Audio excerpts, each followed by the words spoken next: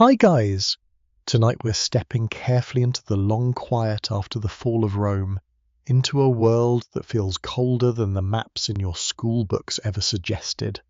A world of cracked stone roads, abandoned bathhouses, distant church bells, and uncertain fires glowing behind wooden shutters while winter presses softly against the dark. The modern world loosens slowly here. You can almost feel it happening. The constant noise fades first, the engines disappear, electric light vanishes without ceremony. After a while, without really realizing it, your attention settles on smaller things instead. The sound of rainwater slipping from roof tiles, a horse shifting its weight in wet straw, the tired creak of a wagon somewhere beyond the village square. The room feels quieter now. A candle moves gently beside you, its flame bending whenever cold air slips beneath the door. Somewhere nearby, someone pulls a wool blanket tighter around their shoulders. Wood settles in the walls with soft little knocks. Outside, the night road disappears into black fields and sleeping forests. This is Europe around the year 500, though nobody calls it Europe yet in the way you understand it now. To most people alive, the world feels smaller, stranger, and much less certain than it once did. The great Roman Empire in the West has collapsed. Not all at once, but slowly, painfully, like an exhausted body finally giving way after centuries of strain.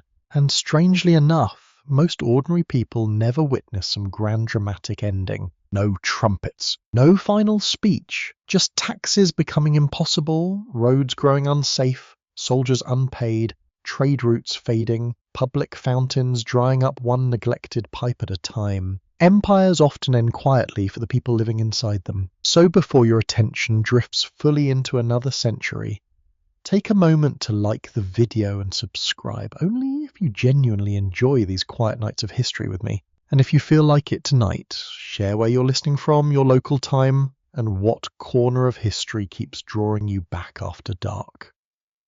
There is something comforting about imagining so many distant listeners gathered quietly together beneath the same long historical sky. Now the day can finally loosen its grip, dim the lights. You stand, in a sense, at the edge of the old Roman world. The empire still exists in the east, centered in Constantinople, wealthy and proud beneath its glittering domes. But here in the west, Roman authority has fractured into smaller kingdoms, ruled by Goths, Franks, Vandals, Lombards, and other groups once described by Roman writers as barbarians. The word sounds harsh now. It sounded harsh then too. Most of these people are not savage destroyers. They are migrants, soldiers, farmers, mercenaries, refugees, ambitious warlords, and exhausted families trying to survive inside a changing world. Many admire Rome deeply, some wear Roman armor. Some speak rough forms of Latin, some pray in Roman churches beneath fading frescoes. History rarely separates neatly into civilized and uncivilized. Real life is muddier than that, usually quite literally. Tonight the roads are wet with autumn rain. Thick mud clings to wagon wheels outside a Frankish settlement near the Rhine. Smoke drifts low over timber houses roofed with straw. Pigs wander freely between buildings. A blacksmith works late beside a charcoal fire, hammering bent iron back into shape because metal is too precious to waste. I'll begin to notice how dark the medieval world really is. Not metaphorically, physically. Without modern lighting, night becomes enormous. Forests feel endless after sunset. Travelers cling to firelight and companionship. Wolves still roam parts of Europe in large numbers. Bandits hide along neglected roads. Even kings fear travelling after dark. Inside one small hall, damp wool cloaks hang steaming beside the fire. The room smells of smoke, wet leather, and cooked onions. A local lord sits at a heavy wooden table listening to disputes among farmers. A missing goat, a broken fence. Questions over land boundaries. Small problems, perhaps, But in fragile societies, small problems matter deeply. One failed harvest can destroy a village. One violent raid can erase years of work. One winter illness can empty an entire household. The old Roman systems that once connected distant provinces are weakening. Aqueducts decay. Bridges collapse without repair. Literacy shrinks outside to churches and monasteries. Coins become less common in daily life. Many people return to barter because reliable currency is harder to find. Still, life continues. Children chase dogs through muddy lanes. Bakers wake before dawn. Women mend clothing beside smoky hearths. Fishermen push small boats into grey coastal waters before sunrise. Human beings remain stubbornly alive even inside collapsing systems. That may be one of history's quietest lessons. Far to the south, in Italy, the city of Rome itself still stands. Though diminished, its population has fallen dramatically from imperial heights. Some ancient buildings lie abandoned. Marble is stripped from older monuments to repair churches or fortifications. Goats graze among broken columns where senators once argued beneath polished ceilings. There is something strangely human about civilizations reusing their own ruins. The people living here do not think of themselves as standing at the beginning of the Middle Ages. They have no idea historians will later give these centuries names and boundaries. To them, this is simply life, difficult life, certainly, but still familiar enough to continue waking each morning and carrying water, feeding animals, praying for decent weather, and worrying about tomorrow. The church grows steadily more important in this uncertain landscape. Bishops become community leaders as much as religious figures. Monasteries preserve literacy almost accidentally, copying manuscripts by hand while the outside world shifts uneasily around them. In candlelit rooms, monks bend silently over parchment. Scratch of ink. Soft cough! Turning pages. Outside, rain taps gently against shutter. A young monk in northern Italy carefully copies fragments of Virgil beside biblical texts, preserving pieces of the ancient world without fully knowing which books future centuries will treasure most. His fingers ache from cold. Candle smoke stings his eyes. Wax drips slowly onto the table. But he keeps writing, and beyond these quiet walls, kingdoms rise and fall with exhausting speed. Alliances shift constantly. A ruler may control territory one season and lose it the next through betrayal, marriage, battle, or disease. Power remains personal rather than institutional.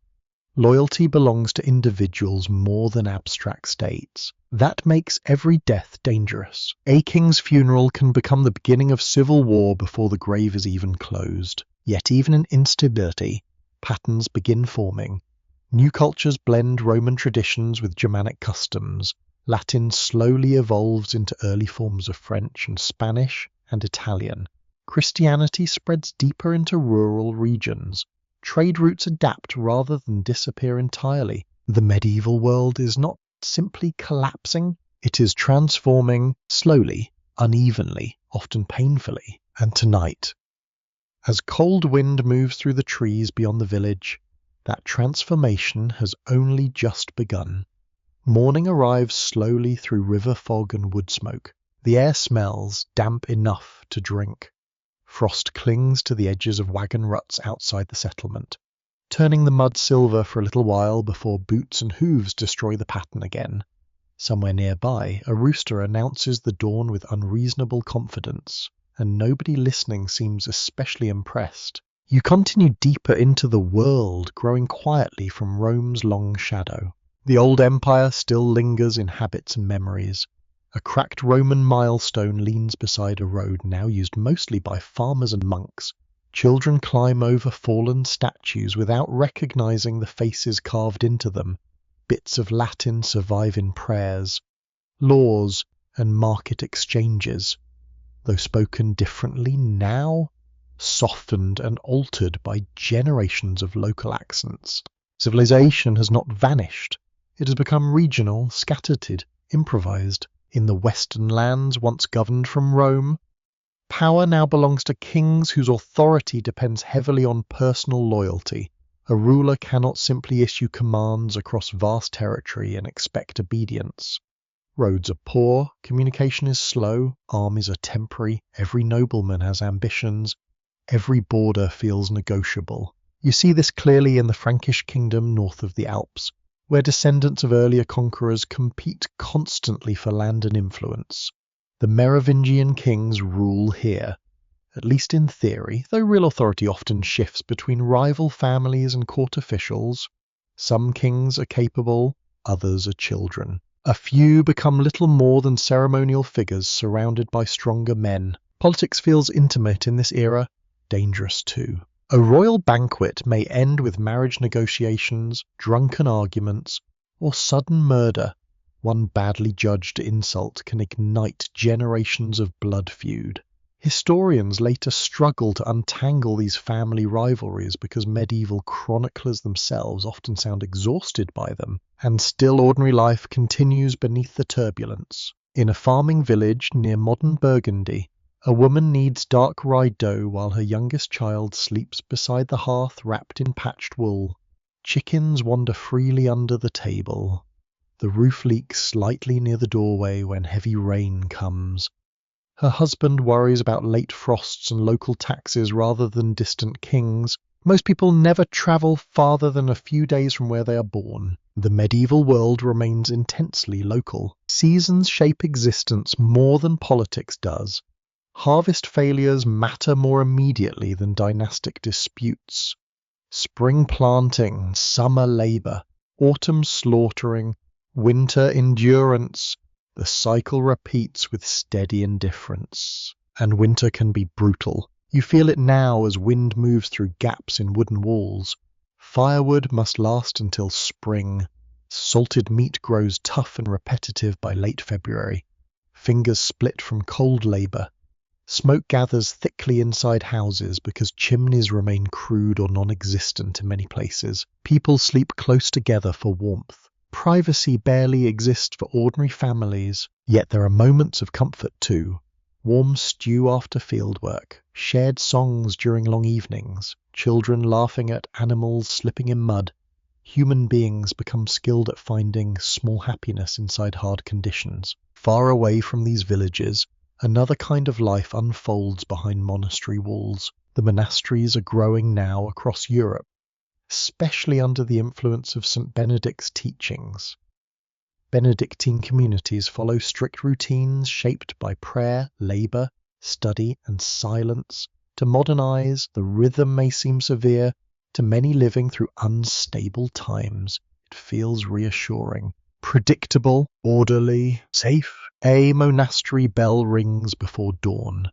Monks rise from narrow beds and move through cold stone corridors, carrying candles that flicker against plaster walls. Sandals scrape softly across worn floors. Outside, stars still hang over dark fields while prayers begin inside the chapel. The hours of monastic life divide the day carefully. Prayer, work, study, prayer again. The repetition calms the mind after a while. Some monasteries become islands of literacy in a largely illiterate world.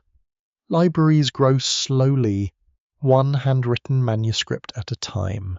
Monks copy religious texts, Roman poetry, histories, medical knowledge, legal documents, and strange bits of ancient science whose full meaning may no longer be understood. The work is painfully slow. A single book can require months of labor. Parchment must be prepared from animal skins. Ink mixed carefully, mistakes scraped away by hand. In winter, fingers stiffen from cold while scribes continue working beside dim candlelight that strains the eyes and blackens the ceiling overhead.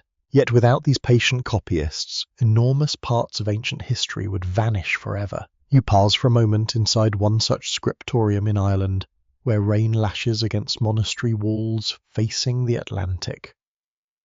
The monks here live at the edge of the known Western world. Sea winds howl through narrow windows.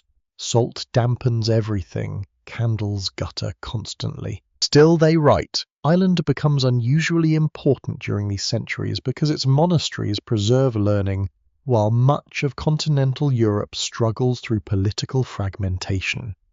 Irish monks travel widely too, founding communities in distant regions and carrying manuscripts across dangerous roads and rough seas. Christianity itself changes as it spreads. The faith arriving in the rural Europe meets older local traditions everywhere. Sacred wells become Christian pilgrimage sites. Seasonal festivals adapt rather than disappear entirely. Villagers pray to saints for protection from storms, illness, wolves, infertility, and failed crops with an intimacy that feels deeply human. Heaven and daily survival remain closely connected. The church gains influence partly because it offers continuity during uncertainty. Bishops negotiate disputes, monasteries feed the poor during famines when possible, priests record births, deaths, and marriages. Religion shapes time itself through feast days, fasts, and sacred calendars. Even people who doubt still participate because community life depends on it. And slowly, almost quietly, the medieval map begins forming, not through grand declarations, through marriages arranged beside smoky fires, through monasteries built in lonely valleys, through villages surviving another winter, through children inheriting languages already changing from their parents' speech. You notice something else too. The Roman world measured itself by cities. The early medieval world becomes more rural, more scattered, more tied to land and personal bonds. Great urban centres shrink in many regions. Forests reclaim abandoned fields. Travellers speak of wolves prowling near ruined villas. Nature feels closer now, less controlled at night. Darkness still dominates most of the continent, yet inside monasteries, halls, and small farmhouses, candle flames continue burning steadily against it. And those small lights matter more than anyone yet realizes. The century turns slowly, almost without anyone noticing. Children born after Rome's collapse are now grandparents themselves. The old empire survives mostly as memory, prayers, and scattered stone ruins, sinking gradually into grass. Travellers still point toward broken amphitheatres and say the Romans built this, usually with equal parts admiration and disbelief. You move now into the 8th century, where Europe feels less like a shattered world and more like a rough new one assembling itself piece by piece. The forests remain enormous, roads remain unreliable, kings still die suddenly and inconveniently, but power is beginning to gather again in the Frankish lands. One family rises steadily above the others through military skill, political patience, and a talent for surviving chaos. They are the Carolingians, descendants of powerful nobles who understand something important about this age. Authority belongs to whoever can protect people, reward loyalty, and maintain order longer than rivals can. At the centre of this growing dynasty stands a broad, imposing figure later remembered as Charlemagne. Charles the Great, though tonight he is not yet great, just large, intelligent, ambitious, and very tired. You see him first not on a throne, but on horseback moving through cold morning mist beside armed retainers. His cloak smells faintly of wet wool and horse sweat after days of travel. Mud spatters the hem. The emperor history remembers as legendary spends much of his life enduring uncomfortable journeys across rough terrain, because governing medieval kingdoms requires constant movement. A ruler who stays still loses control. His world has no telephones, no fast messengers, no railroads. Orders travel at the speed of horses and weather. So Charlemagne rides endlessly between palaces, estates, churches, military camps, and frontier territories, carrying government with him wherever he goes. And the kingdom he inherits is enormous by medieval standards. By the late 8th century, Charlemagne rules vast stretches of Western and Central Europe through conquest, alliances, and relentless campaigning. Saxons in northern forests resist fiercely for decades, Lombards in Italy fall beneath Frankish armies. Borders shift outward season after season. Campaigning becomes part of the rhythm of court life. Spring arrives, roads dry enough for movement, armies gather. Then marching begins again. You walk beside one of these armies now. The pace is slower than modern films suggest. Medieval warfare involves logistics above all else. Wagons creak beneath supplies. Horses need feeding constantly. Armor rusts in rain. Men complain about boots, cold food, swollen feet, and delayed pay, much as soldiers always have. At night, campfires flicker across dark fields. Smoke drifts low beneath pine trees. Someone snores loudly near the edge of camp while blacksmiths continue repairing damaged equipment beside glowing coals. Charlemagne himself inspires mixed feelings among those around him. Loyal followers admire his energy and confidence. Enemies fear his persistence. Some subjects quietly resent the taxes and military obligations required to sustain expanding rule. I is deeply religious, though practical enough to understand that religion and politics strengthen one another. Christianity spreads alongside Frankish power, sometimes peacefully through missionaries and monasteries, sometimes violently through conquest. The Saxon wars become especially brutal. For years, Charlemagne fights pagan Saxon tribes resisting Frankish domination and forced conversion. Villages burn, hostages are taken, mass executions occur after rebellions. Medieval chroniclers praise Charlemagne's determination, though modern historians often pause uneasily at the human cost beneath imperial achievement. History rarely produces uncomplicated heroes. Still, something remarkable develops during his reign. Not peace exactly. Medieval Europe remains too fragmented and violent for that, but structure begins returning to regions long shaped by instability. Roads improve in some territories. Trade increases. Administration grows more organized. Schools connected to churches and monasteries expand slowly. Charlemagne becomes fascinated by learning despite likely struggling with writing himself. That detail feels strangely touching. A ruler commanding armies across Europe still wrestling privately with literacy. At his court in Aachen, scholars gather from England, Italy, and beyond. They debate theology, preserve classical texts, improve handwriting systems, and standardize religious practices. The palace school becomes one of the intellectual centers of early medieval Europe. You enter Aachen during winter. Snow gathers softly along rooftops and stone walkways inside the royal complex. Servants hurry through corridors carrying firewood and steaming pots while advisors discuss law, taxes, and military reports near smoky hearths. The emperor listens carefully, occasionally rubbing tired eyes after long meetings. I is aging now. The physical strain shows increasingly. Even powerful rulers suffer toothaches, fevers, digestive illness, exhaustion, and grief. Charlemagne buries children during his lifetime. He worries about succession constantly because medieval kingdoms often fracture after strong rulers die. And beneath the political machinery, ordinary people continue living ordinary lives. A farmer near the Rhine repairs fencing damaged by winter storms. A merchant counts imported coins beneath lantern light in northern Italy.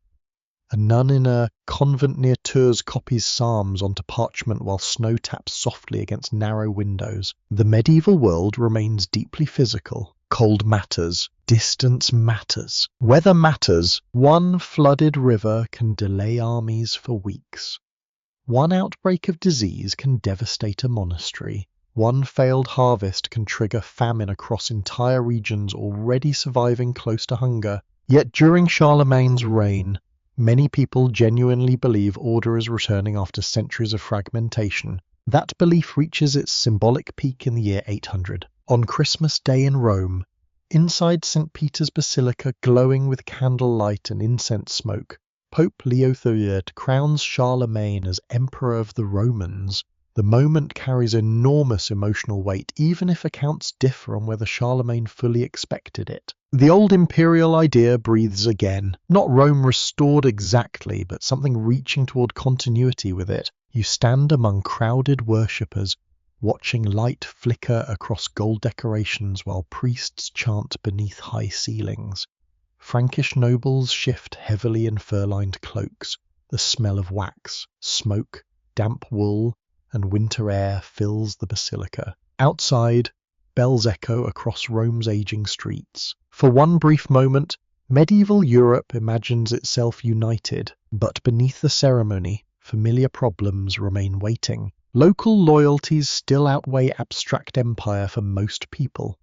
Communication remains painfully slow. Rival heirs watch each other carefully. Borders stay vulnerable. Ambitious nobles remain ambitious. And Charlemagne, despite all his power, cannot stop time. One evening in Aachen, after another long winter meal and another long discussion of governance, the emperor sits quietly near the fire while wind rattles shutters beyond the hall.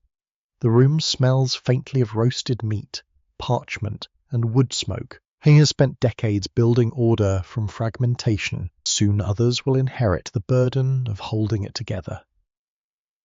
After Charlemagne dies in 814, the great structure he built begins loosening almost immediately. Not collapsing at once, empires rarely do that neatly, but straining, pulling apart along familiar lines of inheritance, rivalry, distance, and ambition.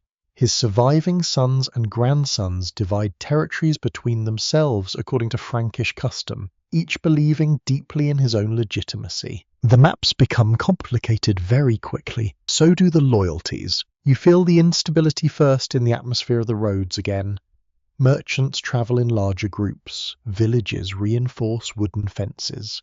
Local lords watch rivers and coastlines more carefully because danger now approaches from multiple directions at once. To the north, long narrow ships move silently through grey water. The Vikings are coming. The first reports arrive as rumours. Monasteries burned near the sea, strange warriors appearing at dawn. Fast ships slipping inland along rivers before defenders can organise. At first, many rulers treat the raids as temporary nuisances. They are not temporary. You stand now beside a monastery on the coast of Northumbria as cold rain lashes against stone walls facing the sea. Monks hurry through evening prayers while wind rattles wooden shutters.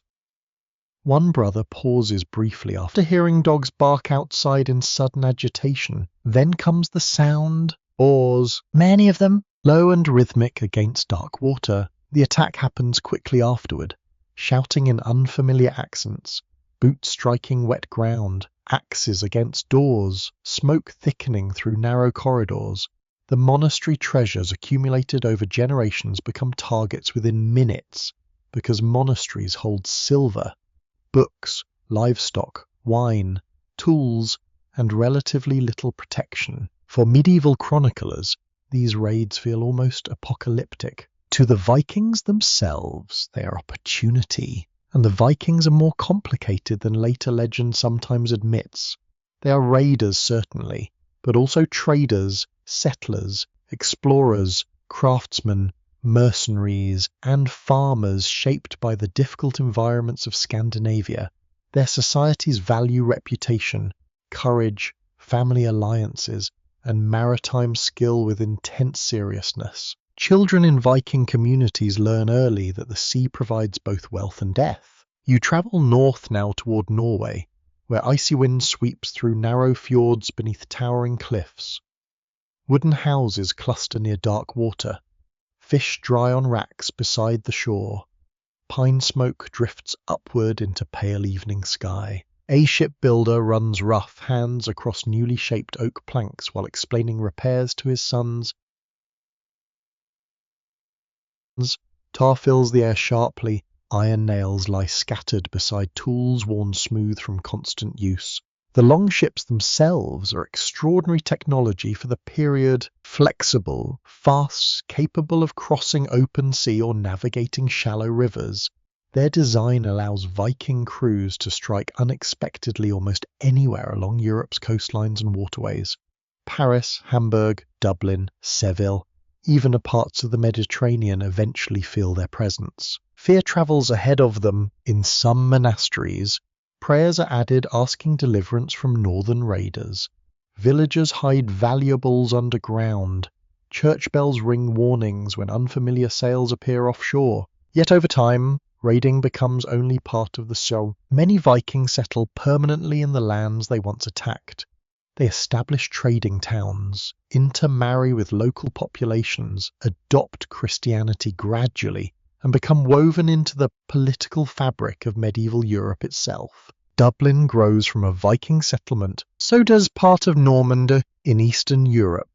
Scandinavian traders and adventurers travel vast river routes connecting the Baltic to Byzantium and the Islamic world. Silver coins from distant caliphates appear in northern markets beside furs, amber, slaves, and walrus ivory. The medieval world is becoming more connected again, though often violently. You notice this especially in the marketplaces now forming near rivers and crossroads. Languages overlap. Goods travel farther. A Frankish merchant may own Arabic silver coins. A Saxon noble drinks wine imported from southern regions. Silk appears occasionally among wealthy households like fragments of another universe. And beneath these expanding networks, daily life remains physically exhausting in a small farming community in what will later become France. Peasants rise before dawn beneath leaking roofs after another wet autumn night. Their hands crack from labour.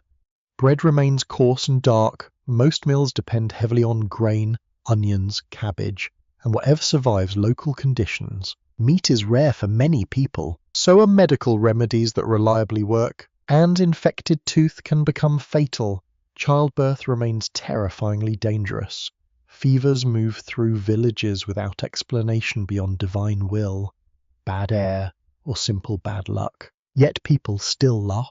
That matters too. You hear it sometimes around fires after long workdays, dry jokes about stubborn animals, complaints about local lords, songs carrying through alehouses thick with smoke and damp clothing. Medieval life contains hardship constantly, but not constant misery. Human beings adapt emotionally even to difficult worlds. The political world keeps shifting meanwhile. Charlemagne's empire fragments further after civil wars among his heirs.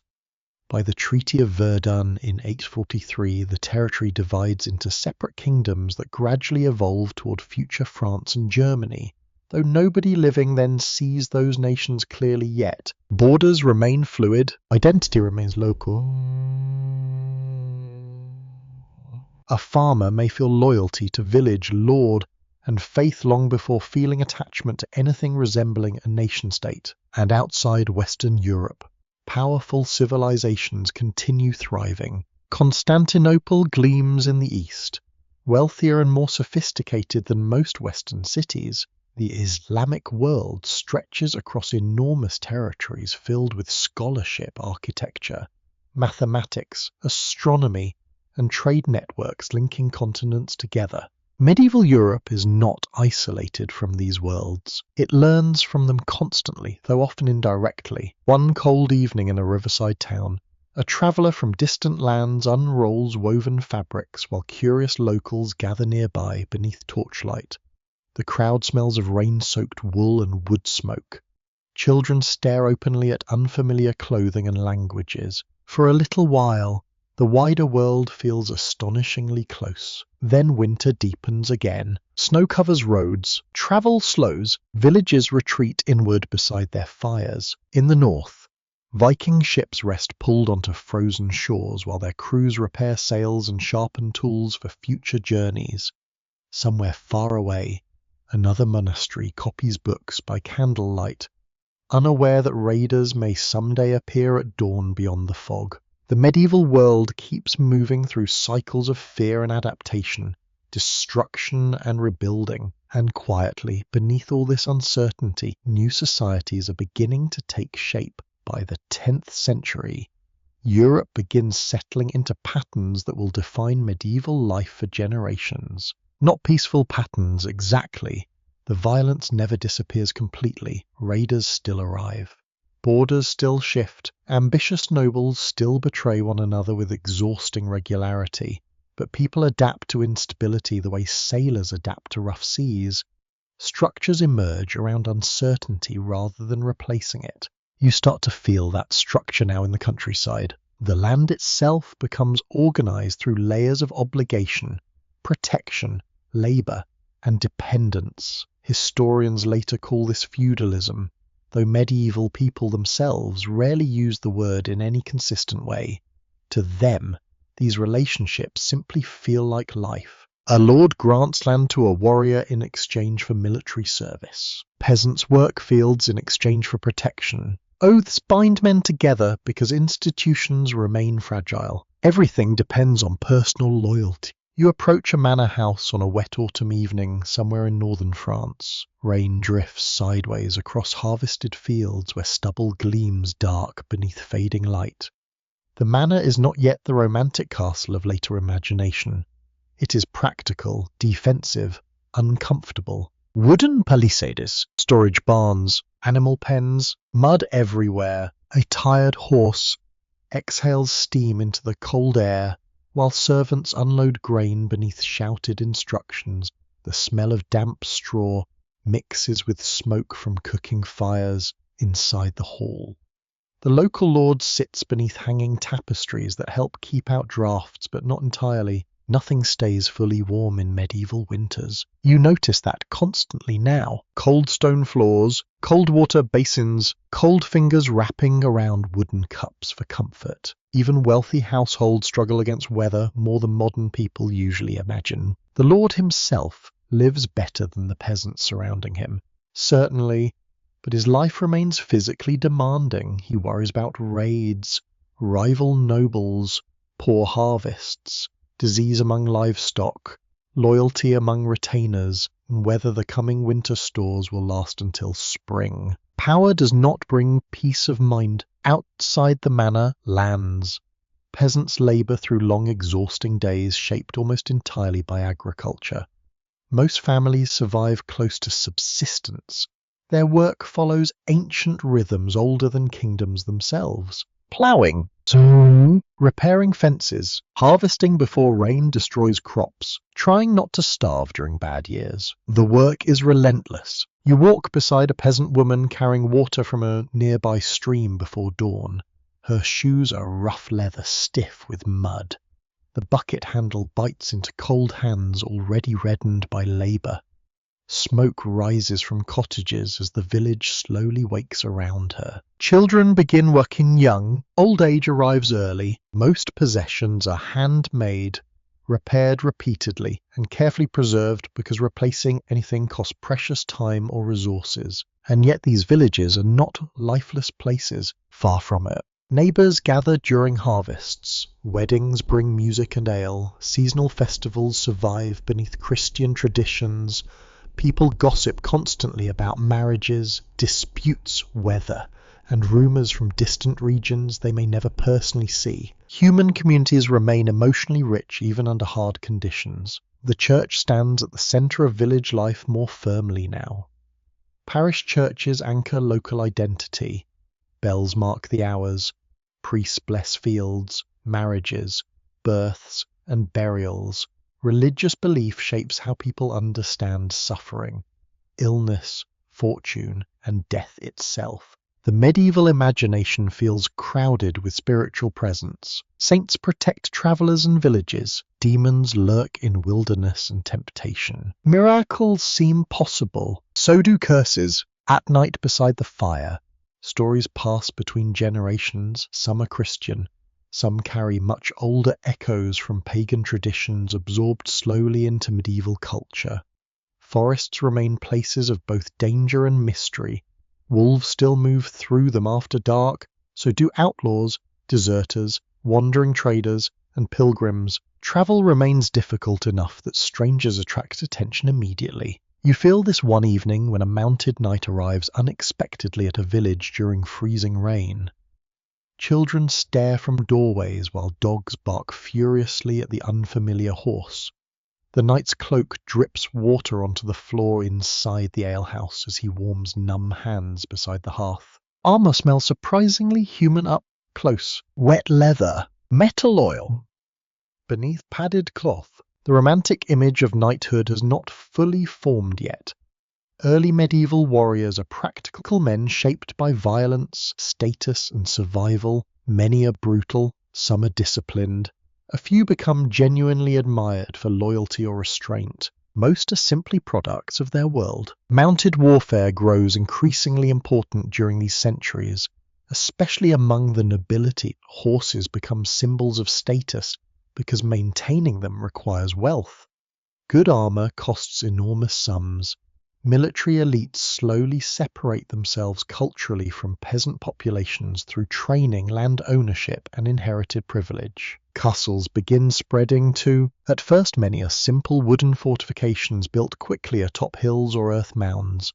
They are ugly in a functional sort of way, but they change the political landscape dramatically because local lords can now defend territory more independently from kings that weaken centralized authority further. Europe becomes a patchwork of overlapping loyalties and semi-independent powers. One valley may obey a count, the next answers to a bishop, another belongs technically to a distant king nobody has ever seen. And through all this fragmentation, trade slowly recovers. Markets grow around crossroads, monasteries, and fortified towns. Merchants carry salt, wine, cloth, iron, grain, timber, and small luxuries between regions. Roads remain dangerous, but opportunity keeps people moving despite the risks. You sit now inside a crowded market town as evening settles over narrow, muddy streets.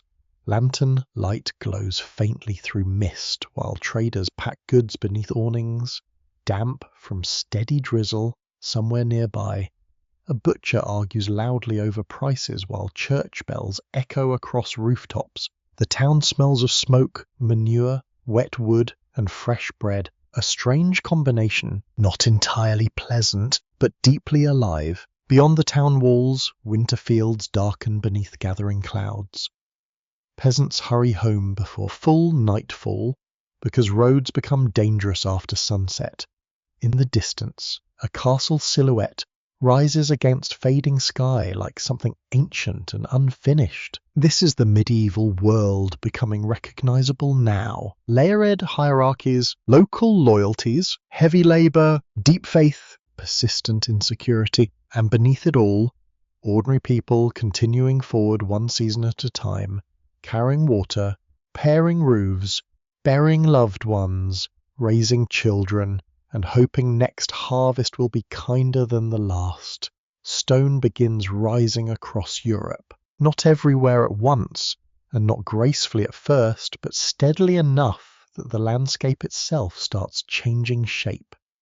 Hills that once held rough timber forts now carry massive keeps of pale grey rock.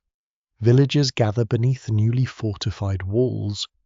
Church towers appear above forests and fields long before travellers reach the town surrounding them. The medieval world is learning how to build permanence, or at least something that feels like permanence. You approach one such castle at dawn beside a narrow road hardened by early frost.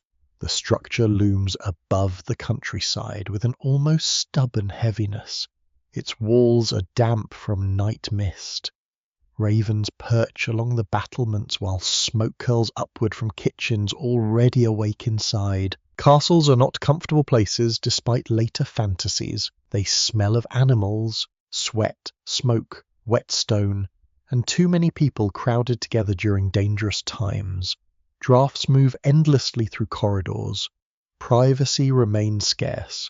The floors are cold enough to sting bare feet in winter. Still, compared to unprotected villages, castles offer security, and security becomes one of the most valuable currencies in medieval life. Inside the courtyard, blacksmiths hammer iron beside glowing furnaces while stable boys hurry through mud carrying buckets of water darkened with straw. Soldiers sharpen weapons near the gatehouse. A noble woman wrapped in heavy wool pauses briefly beside an upper window watching servants organize supplies below. Her life may appear privileged from a distance, but it is tightly constrained too. Marriage decisions belong largely to family strategy. Childbirth remains dangerous regardless of wealth. Noble households operate under constant political pressure because alliances shift unpredictably. One badly chosen marriage can trigger war. One failed alliance can destroy generations of accumulated status. Even castles cannot fully protect against uncertainty. You'll begin noticing how deeply insecurity shapes medieval thinking. Food must be stored because winters fail. Walls must be built because raids happen. Oaths must be sworn because trust alone rarely survives. Religion grows stronger partly because life feels fragile everywhere. And nowhere is that religious intensity more visible than in the great cathedrals beginning to rise across Europe. At first they emerge solely from Romanesque traditions, thick-walled and heavy beneath rounded arches. Later, new architectural ideas stretch churches upward into Gothic spaces filled with light and height so ambitious they still feel almost unreal centuries later. But tonight you stand inside an earlier stone church while rain taps steadily against the roof overhead. Candles flicker along damp walls painted with fading saints. The air smells of incense, wet wool and cold stone. Villagers kneel beside nobles during evening prayers because before God, medieval Christianity insists every soul faces judgment eventually, though social hierarchy still remains very much intact once services end. A priest chants softly in Latin few ordinary worshippers fully understand, yet the emotional power of the ritual reaches them anyway. The sound echoes through the building like distant water moving underground. Faith in the medieval world is rarely abstract. It is physical. People kiss relics, light candles for dead relatives, walk barefoot on pilgrimages, fear hell vividly, hope for miracles sincerely. A mother prays desperately for a feverish child. A wounded knight promises donations to a monastery if he survives infection. Farmers beg saints for rain during drought and clear skies during harvest. The supernatural feels close enough to touch. At the same time, Europe grows gradually more connected through pilgrimage routes stretching across kingdoms and languages. Thousands travel toward Rome, Jerusalem, Santiago de Compostela, and countless smaller shrines despite the risks involved. You join a group of pilgrims moving slowly along a muddy road through Burgundy. Their clothes are worn from travel. One elderly man limps heavily beside a walking staff polished smooth by years of use. A young woman carries a small leather pouch containing relic fragments inherited from her mother. Rainwater drips steadily from broad hats while carts sink deep into soft earth after days of bad weather.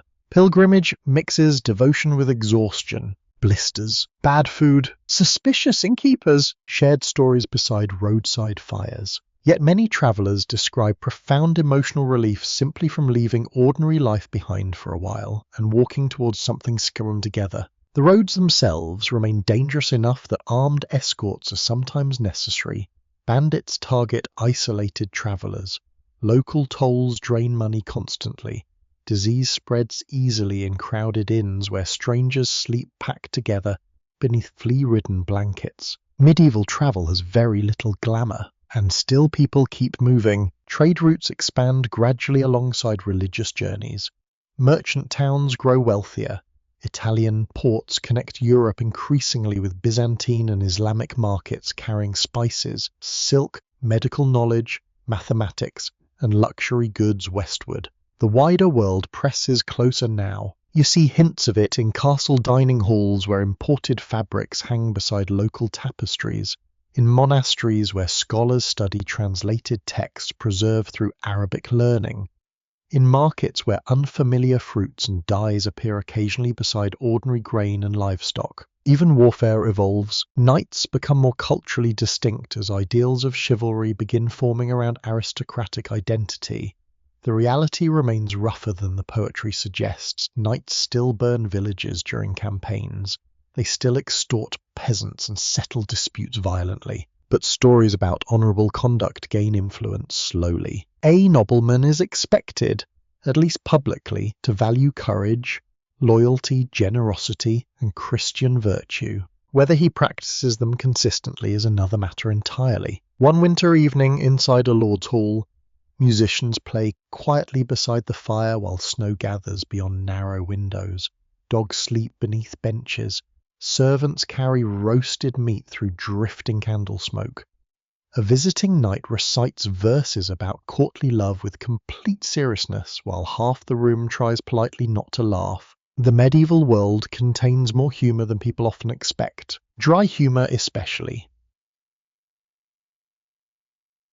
People complain constantly about weather, taxes, uncomfortable travel, and one another. Monks write sarcastic notes in manuscript margins. Peasants mock local authorities privately. Even solemn religious festivals sometimes dissolve into drinking and chaos after dark. Life is difficult enough that laughter becomes necessary.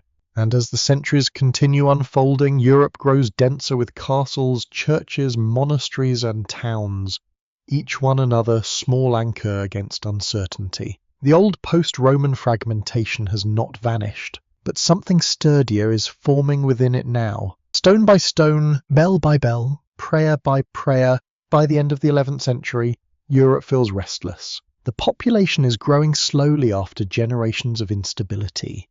Trade routes are busier. Noble families multiply faster than available land.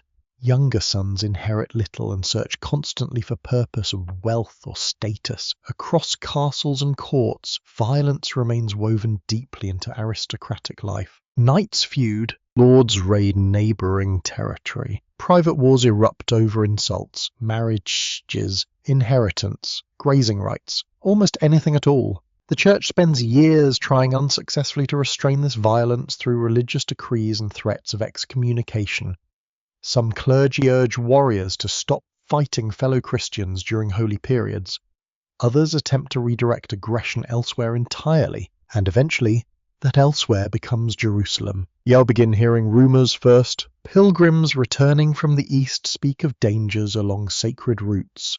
Byzantine emperors request military assistance against advancing Turkish powers. Priests preach with rising urgency about protecting holy places tied to Christ's life. Then, in 1095, Pope Urban II speaks before a vast crowd at Clermont in France. Accounts differ on his exact words. Medieval chroniclers later dramatize the moment heavily, but the emotional effect becomes undeniable.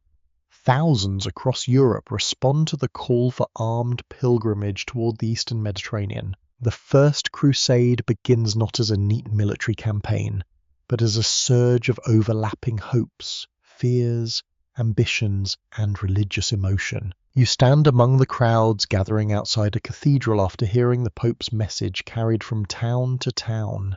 Winter air bites through heavy cloaks. Horses stamp impatiently in muddy streets.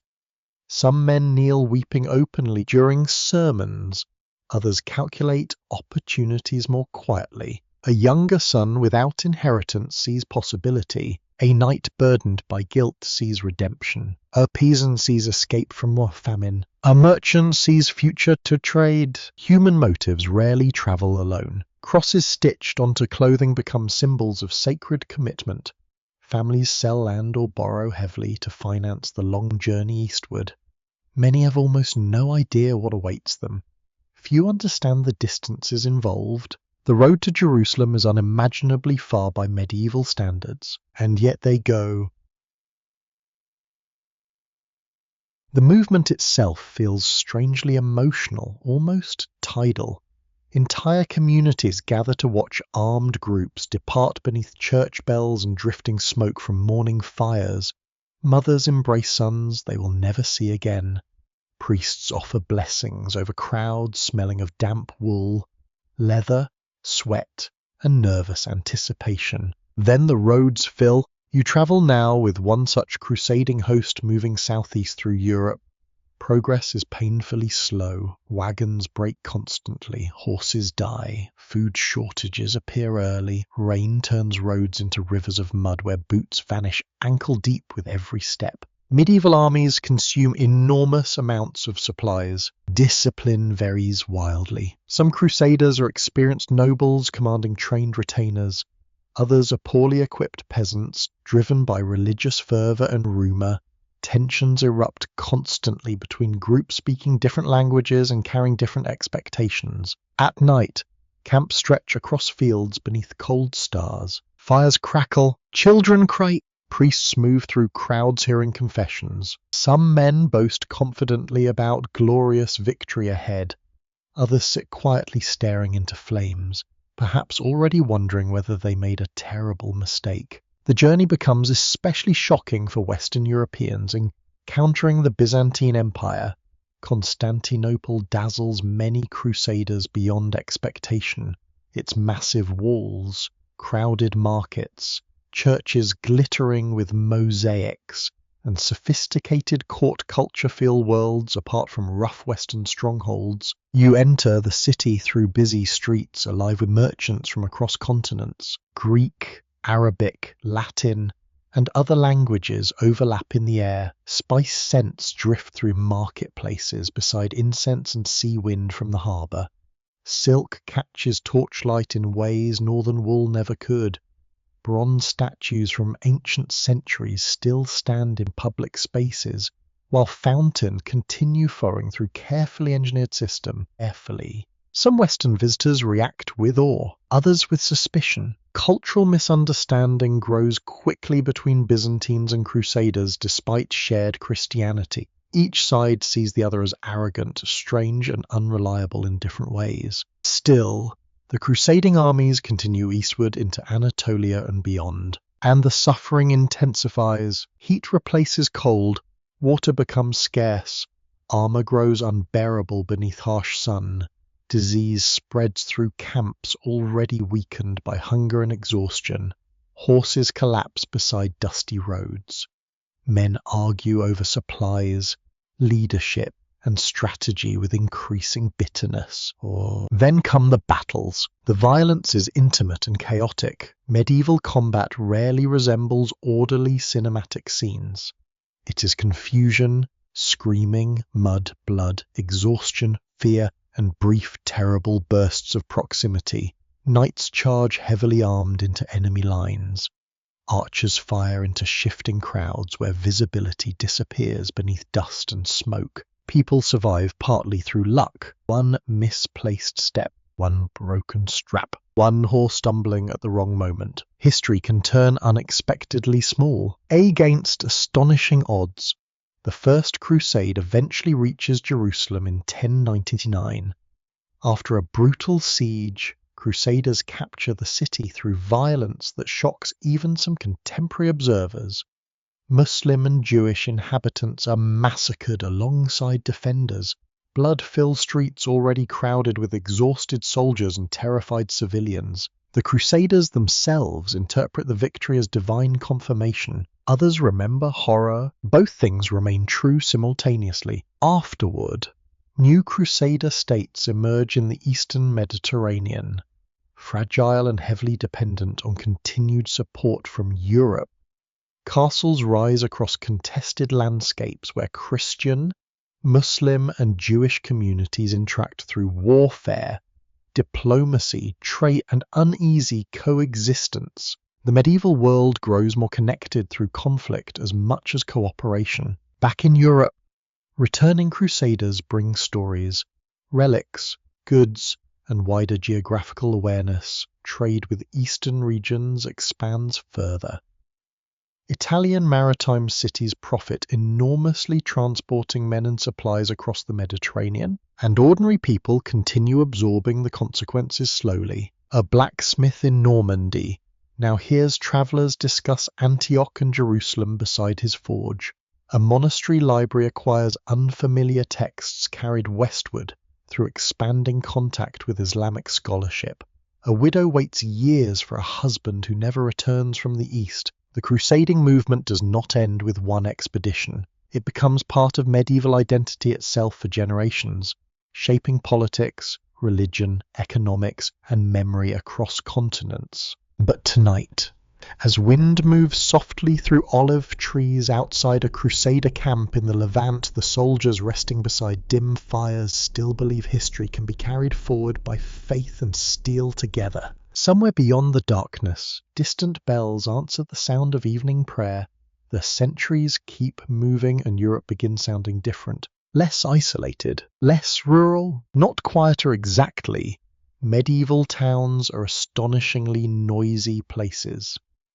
But the silence between communities grows shorter now as roads improve, trade expands, and people travel farther in search of opportunity. You notice it first in the markets. A village market once held a few carts, livestock, rough cloth, salted fish, maybe a travelling peddler carrying needles and cheap trinkets. By the 12th and 13th centuries, larger towns pulse with commercial life that feels increasingly confident. The streets smell crowded, fresh bread, wood smoke, horse manure, tanning chemicals sharp enough to sting the eyes, fish beginning to turn beneath summer heat. The air itself feels busy. You enter the city of Bruges before sunrise while fog still hangs over narrow canals and warehouse roofs. Dock workers unload wool from England beside barrels of wine from France and spices carried across astonishing distances through Mediterranean trade networks. Bells ring across the water while merchants already argue over prices in multiple languages. A tired porter wipes sweat from his forehead despite the morning chill. Nearby, a clerk scratches figures onto parchment beside flickering candlelight, trying to track debts and shipments before another customer arrives demanding attention. Money matters more now. That changes people. Trade revives gradually after centuries of instability, and with it comes a growing merchant class whose wealth depends less on inherited land and more on movement, negotiation, calculation, and risk. Some nobles resent them deeply, others borrow from them constantly. A medieval town can feel strangely modern in moments. Competitive, crowded, restless. Guilds emerge to organize urban professions, bakers, weavers, blacksmiths, masons, and countless other trades establish rules controlling prices, quality, apprenticeships, and local influence. Membership provides protection and status. Though also endless regulations and political rivalries, you step into a weaver's workshop in northern Italy, where looms clatter steadily through the afternoon. Dust hangs in shafts of light from high windows.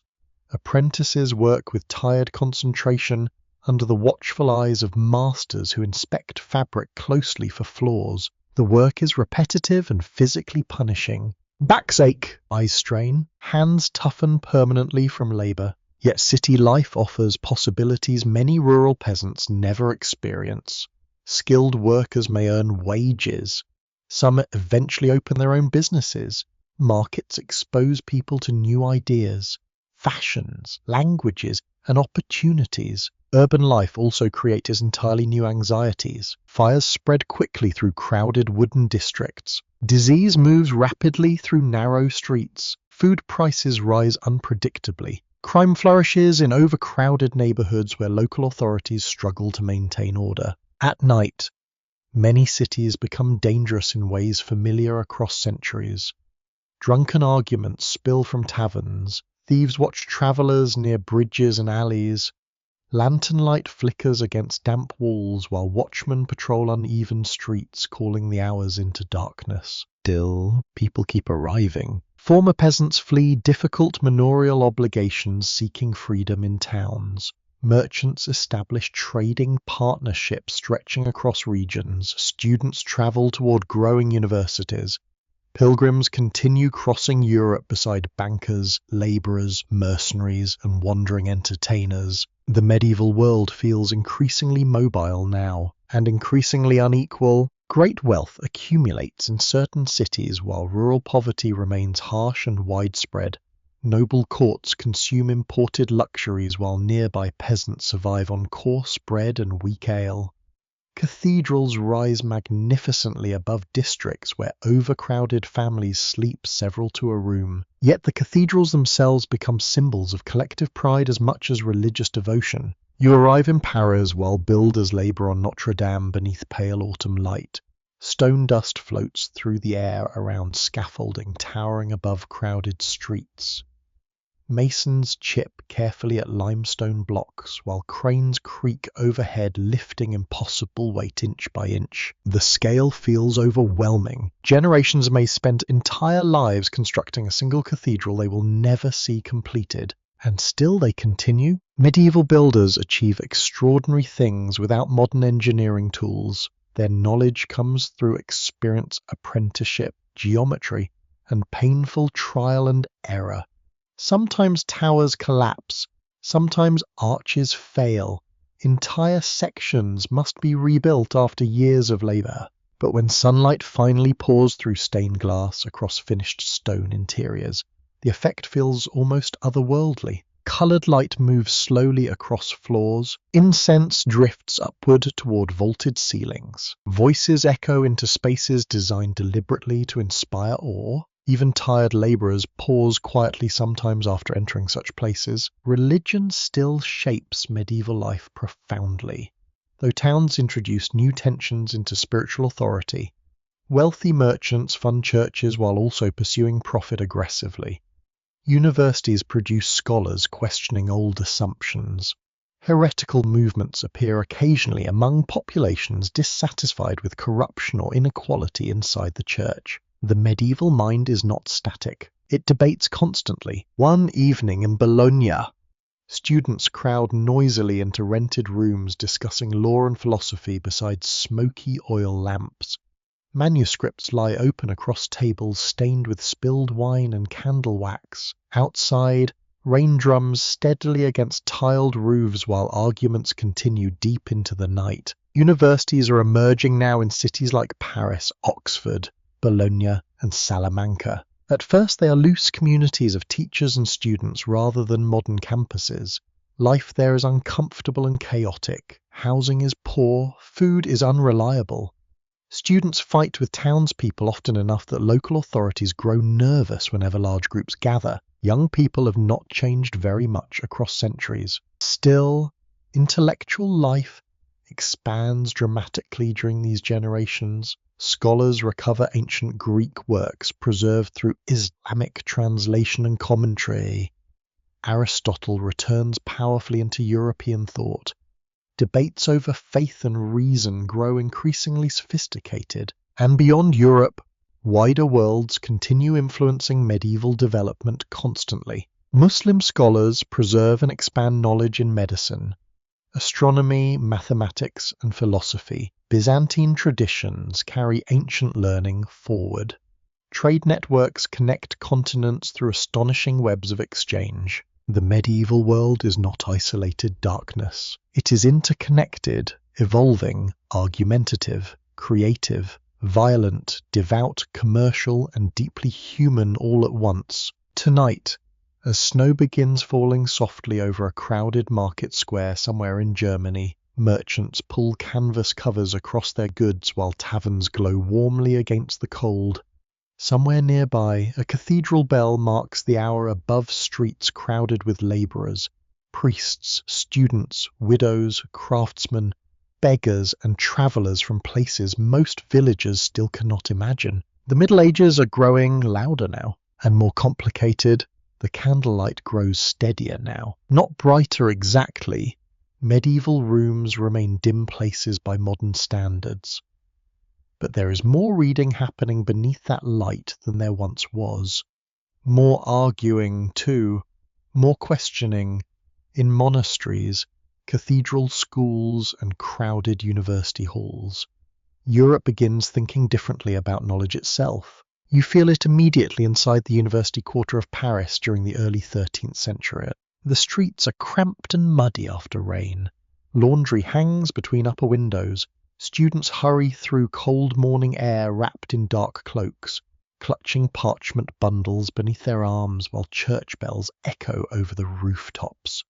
Most are young men, often painfully young, far from home for the first time. They arrive from England, Germany, Italy, Spain, and distant villages nobody else here has heard of. Latin binds them together, mostly, though arguments regularly dissolve into insults shouted in half a dozen native languages once tempers rise. and tempers rise often. Universities are noisy places. A teacher lectures inside a drafty rented hall, while students sit shoulder to shoulder on rough benches, trying desperately to keep ink from freezing in winter.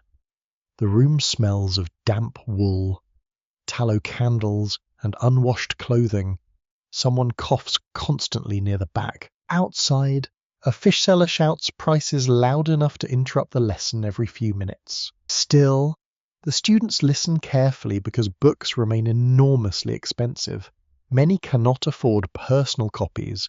They memorize lectures line by line, while professors read aloud from texts copied painstakingly by hand. The intellectual world opening around them feels thrilling and dangerous at the same time. Ancient ideas, long lost to Western Europe, return gradually through contact with Byzantine and Islamic scholarship. Aristotle becomes especially influential. His writings on logic, ethics, physics, and philosophy spread through universities, provoking fascination and anxiety among church authority attempting to reconcile classical reasoning with Christian theology. You sit beside a scholar late into the evening while he debates these questions beneath flickering candlelight. Can human reason reveal truth independently of Scripture? How should faith and logic coexist? What does it mean to understand creation scientifically if God created it? The discussion continues for hours while wax drips slowly onto the table between open manuscripts. Outside, snow gathers softly against shuttered windows. Inside, minds push carefully against inherited boundaries, not rebelliously in the modern sense. Most medieval scholars remain deeply religious. They are not trying to destroy faith. They are trying to understand the world more completely through it. That distinction matters. One of the greatest thinkers of the age, Thomas Aquinas, spends years attempting to harmonize Christian belief with Aristotelian philosophy. His writing becomes enormously influential partly because it treats reason not as the enemy of faith, but as a tool capable of illuminating divine order. Though many students encountering his ideas mostly feel overwhelmed and sleepy, medieval education involves endless memorization, formal debate, and exhausting discipline. Lessons begin early, rooms stay cold, food is poor, some students survive on little more than bread, weak ale, and stubborn ambition. A young scholar from rural England writes home requesting money because his shoes have worn through, completely during winter. His father sends advice instead. This also feels timeless somehow. Yet universities transform Europe slowly but profoundly. They train lawyers, administrators, physicians, theologians, and clerks who help kingdoms and churches become more organized. Literacy spreads beyond monasteries into urban professions. Written records multiply. Paper itself becomes increasingly common, gradually replacing expensive parchment in many contexts after techniques spread westward from the Islamic world. The physical texture of medieval knowledge changes. Pages rustle differently. Ink absorbs differently. Ideas travel faster, and alongside scholarly debate, practical knowledge grows too. Medieval medicine remains limited by modern standards. Certainly, physicians misunderstand many diseases completely. Treatments often involve bloodletting, herbal remedies, prayers, dietary theories, and uncomfortable optimism. Still, medieval doctors are not ignorant fools wandering blindly through superstition. Many study carefully.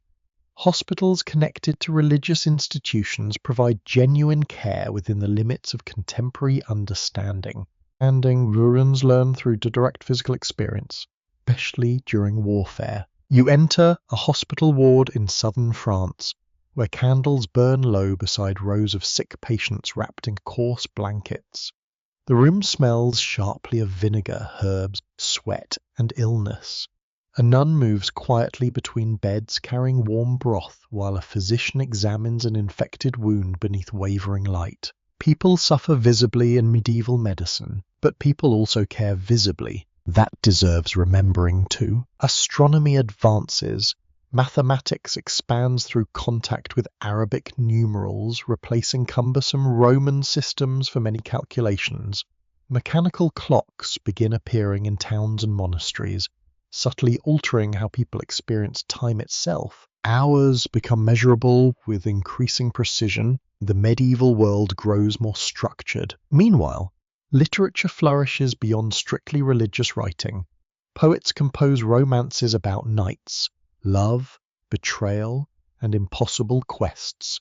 Troubadours travel between courts performing songs beneath torchlight. Vernacular languages develop richer written traditions rather than relying entirely on Latin. Stories become local and personal in new ways. One winter evening in a noble hall, listeners gather close beside the fire while a travelling poet recites tales of King Arthur and his knights. Dogs sleep near the hearth. Wind rattles shutters beyond thick walls. The audience listens with quiet concentration, broken occasionally by dry laughter or murmured commentary. People crave stories during difficult centuries. Perhaps every century does, and beyond Europe's universities and courts, the wider medieval world continues astonishingly active. In Baghdad, Cairo, Cordoba, and other great cities, scholars preserve and expand enormous bodies of knowledge. Trade routes connect Africa, Asia, Europe, and the Middle East through systems more sophisticated than many Western Europeans fully grasp. Ideas move alongside spices, textiles, metals, and faiths, slowly, unevenly, but persistently. Back in Europe, kings rely increasingly on educated administrators capable of managing taxes, legal disputes, diplomatic correspondence, and growing bureaucracies. Literacy becomes political power. Even monasteries are changing. Some monks worry universities encourage pride and excessive curiosity. Others embrace scholarship enthusiastically.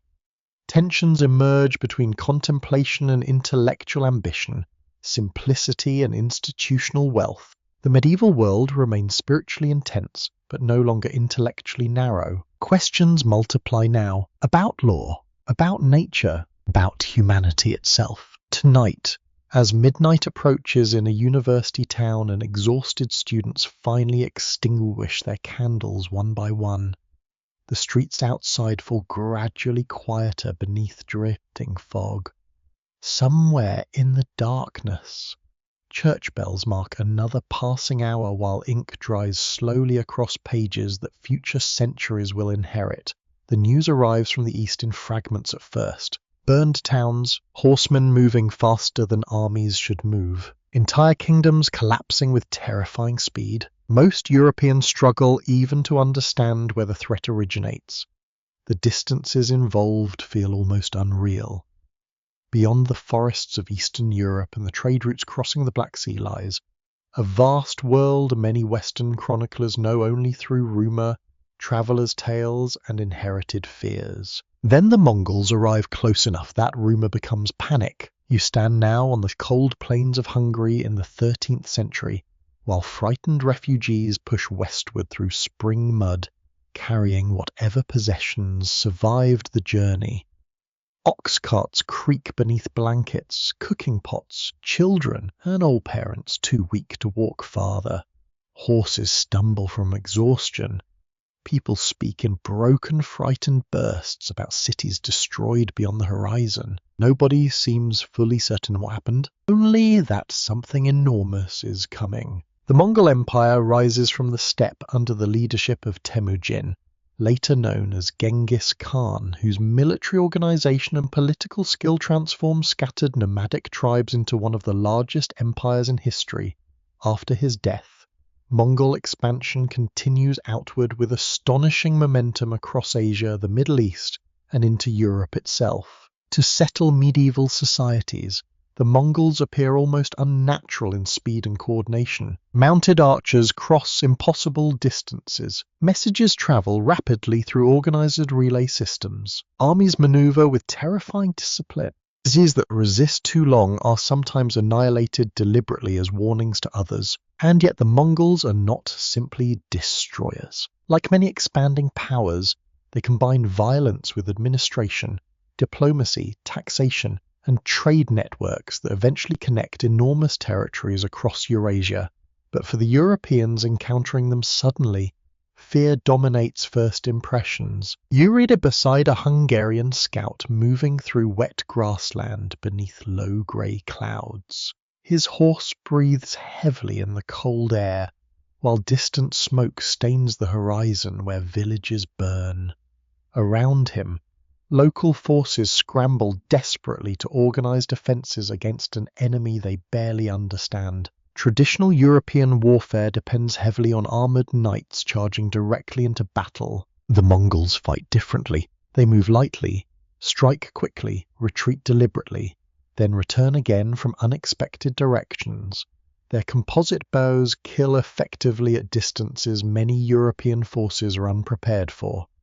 False retreats lure opponents into traps repeatedly. The psychological effect alone is devastating. One survivor later describes battlefields filled with confusion, screaming horses, shattered formations, and arrows falling seemingly from everywhere at once. At the Battle of Mohi in 1241, Mongol forces crush the Hungarian army decisively. Similar disasters unfold elsewhere across Eastern Europe.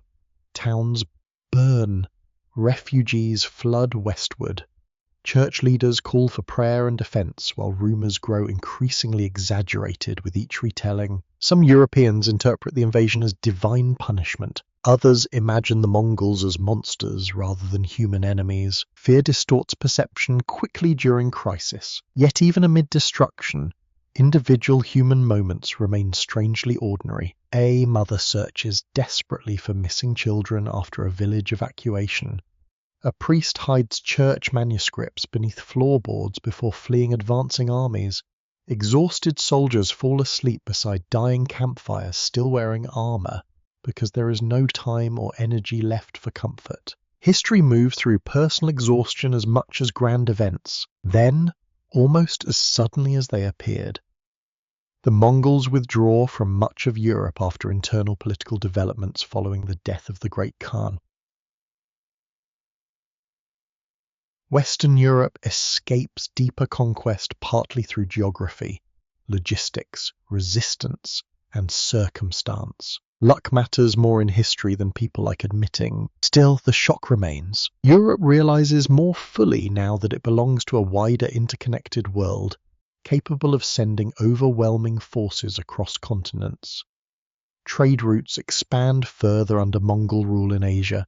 Merchants, diplomats, missionaries, and travelers move with greater relative safety along portions of the Silk Road during periods of Mongol stability. This era later becomes known by some historians as the Pax Mongolica. You travel eastward now with a Venetian merchant caravan crossing dry steppe beneath immense open ski. Wind moves endlessly through tall grass. Horses jingle softly in harness, while guards watch the horizon carefully out of habit more than immediate danger. The scale of Eurasia feels overwhelming here. Weeks pass between major settlements. Languages shift constantly. Religions overlap. Markets contain goods from places separated by thousands of miles. The medieval world grows wider and stranger with every generation. One traveller who later embodies this expanding awareness is Marco Polo. Though historians still debate aspects of his famous accounts, his descriptions of Mongol China fascinate Europeans because they reveal societies wealthier, more urbanized and administratively sophisticated than many Western readers imagined possible. Paper money, massive cities, complex canals, imperial courts glittering with silken ceremony. Some listeners believe the stories eagerly, others dismiss them entirely. Back in Europe, meanwhile, kingdoms continue developing politically and economically despite periodic warfare. England and France grow increasingly centralized under ambitious monarchies. Towns expand, trade networks deepen, Gothic cathedrals reach astonishing heights above urban skylines. But the memory of Eastern invasion lingers uneasily beneath this growth. Castles strengthen defences. Rulers seek better military organization. Maps improve slowly as curiosity about the wider world intensifies. And all across Europe, ordinary life continues with its familiar mix of hardship and persistence. In a small Polish village recovering from invasion fears, farmers return cautiously to spring planting beside fields abandoned during the panic months earlier. The earth smells rich after rain. Wooden ploughs cut dark lines through soft soil, while crows gather nearby hoping for exposed grain. Life resumes because it must. Children born during wartime still need feeding. Roofs damaged by soldiers still require repair. Cattle still wander through broken fences if nobody watches carefully enough. The resilience of ordinary people becomes one of the quiet foundations beneath medieval survival. Tonight, as cold stars emerge above the eastern plains and distant campfires flicker against the darkness, traders, refugees, monks, warriors, and travellers continue moving across routes linking continents together more tightly than before. The world is becoming interconnected in ways few yet fully understand, and unseen within those growing connections, another danger is already beginning to move westward. The ships arrive carrying more than cargo. At first nobody notices anything unusual beyond the ordinary misery of port life. Sailors stagger ashore exhausted after long voyages across the Black Sea and Mediterranean. Rats scatter through warehouses piled with grain, cloth, and spices. Dock workers complain about spoiled food, delayed payments, and the smell rising from overcrowded streets during summer heat. Then people begin dying strangely. A fever here, swollen lumps beneath the arms or along the neck, dark spots spreading across the skin, pain arriving suddenly and violently, and by the time physicians, priests, and local authorities understand that something catastrophic is unfolding, the plague is already moving faster than medieval society can respond. You stand now in the Sicilian port of Messina in 1347 while church bells ring too often and too heavily. The harbour smells of salt water, fish, sickness, and smoke from fires burning contaminated goods. Crowds gather anxiously near arriving ships while rumours spread in frightened waves through the streets. Some say the disease came from the east, some blame poisoned wells, others whisper about divine punishment for collective sin. Nobody understands bacteria, fleas, or transmission. People only understand fear. The Black Death enters Europe through expanding trade networks linking continents together. These same routes carrying silk, silver, spices, and ideas now carry plague. Merchant ships become floating corridors of infection.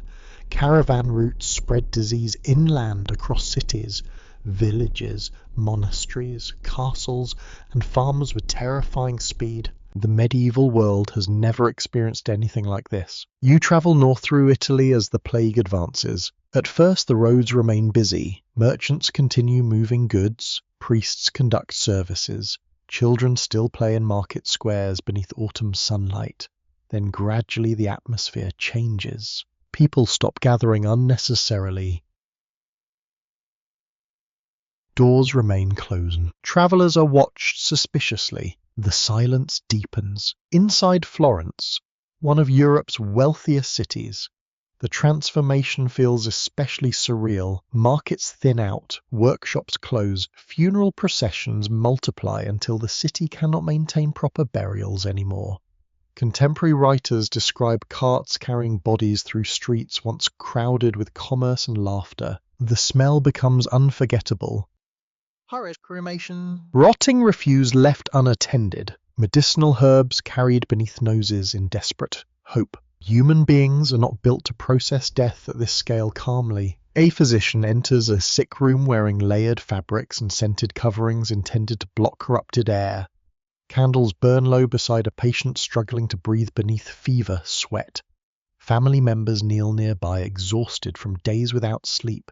The doctor can offer almost nothing reliable. Bloodletting sometimes weakens patients further. Prayers continue constantly. Herbal mixtures fail as often as they help, and still the dying continue. One of the cruelest aspects of plague is its unpredictability.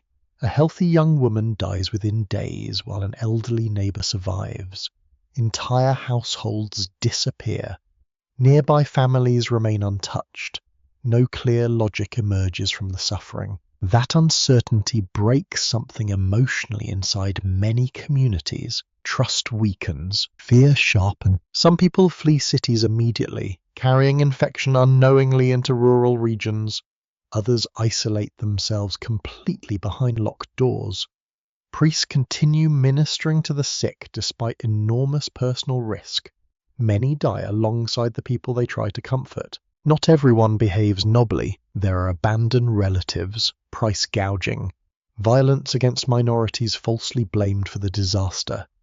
Jewish communities across parts of Europe suffer horrific persecution after rumors spread accusing them of poisoning wells, despite the plague affecting Jewish populations too. Fear looks for targets when explanations fail. Yet alongside cruelty, acts of care persist stubbornly. None washes plague victims long after safer people have fled. Neighbours leave food quietly outside infected homes. Gravediggers continue working through exhaustion because someone must. History remembers catastrophe broadly. Real suffering happens individually. You pause in an English village during winter after plague has passed through. Snow covers abandoned cottages where entire families died months earlier. Doors hang crooked from neglect. The remaining villagers move with the stunned slowness of people still trying to understand survival itself. The silence feels heavier than grief alone, perhaps because medieval communities are built so tightly around shared labour and routine. Every missing person changes practical life immediately. Fields go untilled. Mills stop operating. Skills disappear with the dead, and the dead are everywhere. Modern historians estimate the Black Death kills perhaps 1/3 to 1/2 of Europe's population within only a few years. Some regions suffer even worse losses. The scale reshapes medieval society permanently. Labour suddenly becomes scarce. That changes power. Surviving peasants begin demanding better conditions and higher wages because landlords desperately need workers. Some nobles resist fiercely, attempting to freeze wages or reinforce older obligations. Tensions rise across Europe between traditional hierarchy and new economic realities. The old medieval order begins cracking under demographic shock. Religion changes too. Some people lose faith entirely after witnessing unimaginable suffering despite constant prayer. Others become more intensely devout. Movements of public penance spread through certain regions. Artistic imagery grows darker, more conscious of mortality and decay. Death feels closer now because everyone has seen it closely. You sit one evening inside a monastery where only a fraction of the original brothers remain alive. Candlelight flickers across empty seats in the refectory. The surviving monks eat quietly beneath the sound of winter wind against stone walls. One pauses while reading names of the dead aloud during prayer. The list takes a very long time, and yet life persists again, stubborn as ever. Children are born into recovering towns. Markets reopen gradually. Fields are replanted. Cathedrals continue construction despite labour shortages and grief. Human societies bend under catastrophe, but they rarely stop completely. Still, nothing feels quite the same afterward. The plague leaves behind more than population loss. It alters psychology. Time itself seems less certain. Wealth changes hands rapidly through inheritance. Old assumptions about authority weaken. Questions deepen about God, justice, suffering, and the fragility of earthly life. Tonight, across Europe, church bells continue ringing for the dead while survivors lie awake listening from darkened rooms, uncertain what kind of world will emerge from the silence that follows. The world after the plague feels thinner somehow. Not empty exactly. Markets recover. Children fill streets again. Fields return gradually to cultivation. But there are gaps now everywhere. Missing voices at tables. Abandoned cottages. Collapsing quietly beyond village edges. Monasteries reduced to half their former size. And beneath the recovery lies tension. The Black Death altered medieval society too deeply for everything to return neatly to older patterns. Survivors understand their value differently. Labourers demand wages once considered impossible. Nobles attempt to preserve traditional hierarchies through new laws and stricter control. Across Europe, governments grow more ambitious, trying to manage economies, armies, and populations reshaped by catastrophe. At the same time, kingdoms themselves are becoming more organized and more dangerous. You move now into the long conflict later called the 100 Years' War, though nobody living through it experiences it as one continuous struggle. It unfolds across generations between England and France through truces, invasions, raids, diplomacy, famine, and exhaustion. Children born during the early campaigns become old men before the fighting finally ends. The roots lie partly in dynastic claims. English kings connected to French royal bloodlines assert rights to the French crown after succession disputes. French rulers reject those claims fiercely. Beneath the legal arguments sit older tensions over land, trade, and power, and ordinary people pay the price repeatedly. You walk beside an English army landing in Normandy during the 14th century. Rain lashes sideways across the beach while armoured men struggle through wet sand, dragging supplies ashore. Horses panic at the unfamiliar noise of surf and shouting. The entire operation smells of seawater, mud, sweat, and damp leather. Medieval campaigns remain physically miserable even before battle begins. Soldiers sleep cold, food spoils, disease spreads quickly through camps. Pay arrives irregularly if at all, yet armies keep growing larger and more professional over time. Kings increasingly rely on taxation and administration capable of sustaining longer wars. National identity begins strengthening slowly through repeated conflict, especially in England and France. People start imagining themselves as belonging to broader kingdoms rather than only local regions. The process is uneven, but real. At the Battle of Crecy in 1346, English longbowmen devastate French cavalry charges, revealing painful weaknesses in older aristocratic warfare. Mud clings to armour. Horses collapse screaming beneath arrow fire. Noble expectations about heroic combat meet brutal military reality. The age of mounted knights dominating battlefields without challenge is beginning to fade. You stand afterward among exhausted survivors, wandering through trampled fields scattered with broken weapons and dying animals, rainwater pools darkly in churned earth. The silence after battle feels strange, almost embarrassed. Victories in medieval war rarely feel clean up close, and war during this era reaches civilians constantly. Chevauchés, mounted raids designed to destroy enemy territory, burn villages, as livestock, and terrorize populations into political submission. Farmers lose harvests before winter. Refugees crowd into walled towns. Hunger spreads behind armies almost as reliably as violence. A woman in rural France hides grain beneath floorboards before soldiers arrive because experiences taught her armies take whatever they find. Sometimes both sides take it. One of the defining realities of medieval warfare is how little control ordinary people possess over forces moving around them. Still, a resistance emerges unexpectedly too. In the early 15th century, France appears close to collapse after years of military defeats and internal political division. Then a young peasant woman named Joan of Arc enters history with startling suddenness. You first see her riding toward the French court through cold spring rain, carrying conviction intense enough to unsettle hardened nobles around her. She claims divine visions instructing her to support the French Dauphin and help drive out English forces. Many dismiss her immediately. Others become fascinated despite themselves. Joan is not polished or aristocratic. She speaks with direct certainty that feels unusual inside cautious political circles, yet in a moment of national despair, her confidence becomes emotionally powerful. She accompanies French forces during the lifting of the Siege of Orléans in 1429, helping transform morale as much as military strategy. Soldiers who had grown used to defeat suddenly believe victory might still be possible. Psychology matters enormously in war. A frightened army fights differently from a hopeful one. You watch French troops moving through muddy spring fields beneath fluttering banners while church bells ring in distant towns celebrating unexpected success.